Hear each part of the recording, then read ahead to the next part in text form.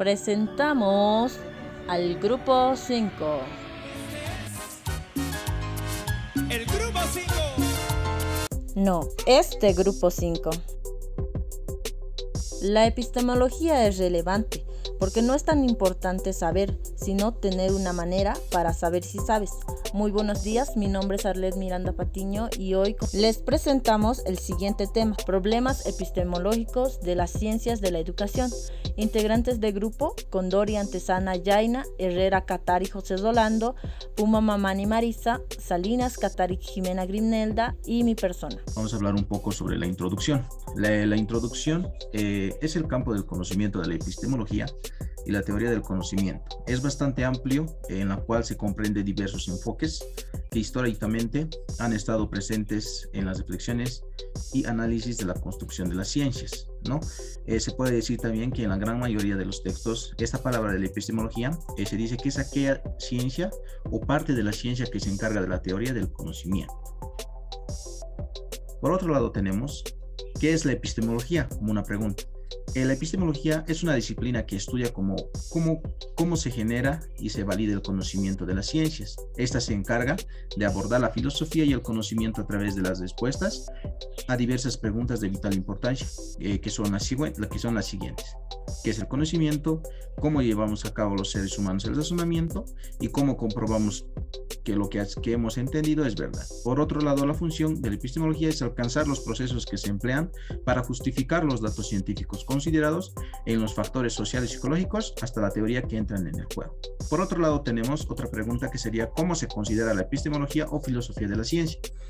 La filosofía es la rama de la filosofía que estudia los fundamentos y métodos del conocimiento científico. Por otro lado, tenemos que se encarga de estudiar el grado de certeza del conocimiento científico en sus diferentes áreas con el objeto principal de estimar su importancia para el espíritu humano. Asimismo, otra pregunta es ¿cuáles son los problemas fundamentales de la epistemología? Bueno, en primer lugar, se plantea problemas que se refieren a las relaciones entre las diversas ciencias. En segundo lugar, el problema de las relaciones entre los dos grandes grupos en que se distribuyen las ciencias. Por otro lado, tenemos el tercer lugar, que es el análisis de algunas nociones comunes a todas las ciencias o a la mayoría de ellas. Por cuarto lugar, tenemos en las dos maneras de concebir las relaciones entre la parte teórica y la experimentada de las ciencias. En quinto lugar, tenemos lo que es los comunes a la ciencia de la realidad, los problemas principales, que son tres: construcción del concepto, en la estructura de las explicaciones o en la validez de las conclusiones. Y por último, tenemos los problemas más particulares relacionados con las ciencias de la vida y las ciencias Continuando con la exposición, mi nombre es Jimena Grinelda Salinas Catari. El tema que yo les voy a hablar es sobre cuál es la diferencia entre conocimiento e información. Primero, dejar en claro que el conocimiento es lo que nos permite tomar decisiones y actuar, es decir, de nuestras habilidades, actitudes, valores, conocimientos técnicos. Su materia prima es la información. Esa nos permite actuar hasta que se convierte en conocimiento, es decir, un análisis médico, una información y la interpretación del mismo conocimiento. Mientras que la información son datos que podemos tener a nuestro alcance y comprender sus características bases de la información es de naturaleza intelectual, inmaterial, aunque se registra y presenta en soportes físicos. La información se olvida y caduca pronto, pero es abundante y está a nuestro alcance en múltiples dispositivos. Como quinto punto tenemos qué es el conocimiento del sentido común y conocimiento científico.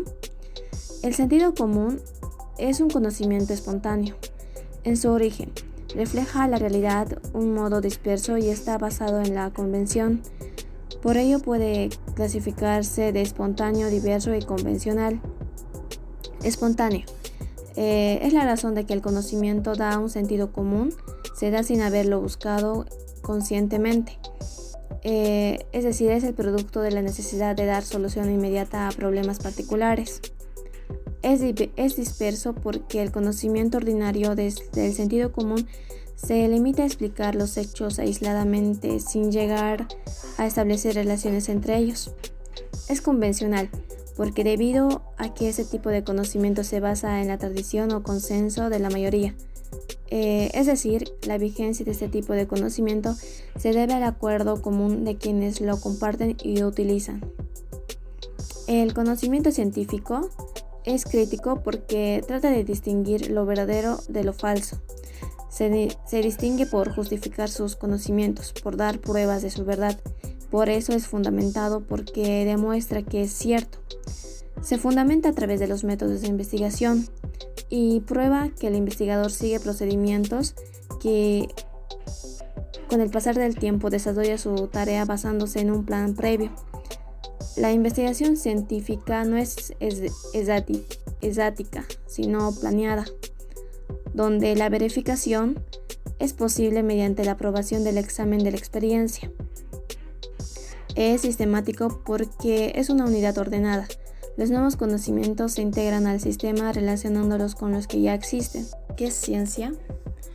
Se lo designa ciencia a todo aquel conocimiento adquirido a través del estudio o de la práctica, constituido por una serie de principios y leyes, deducidos mediante la observación y el razonamiento y estructurado sistemáticamente por su comprensión. La ciencia se rige por métodos conformados por un conjunto de normas y pasos que le otorgan validez y rigor científico al proceso de investigación.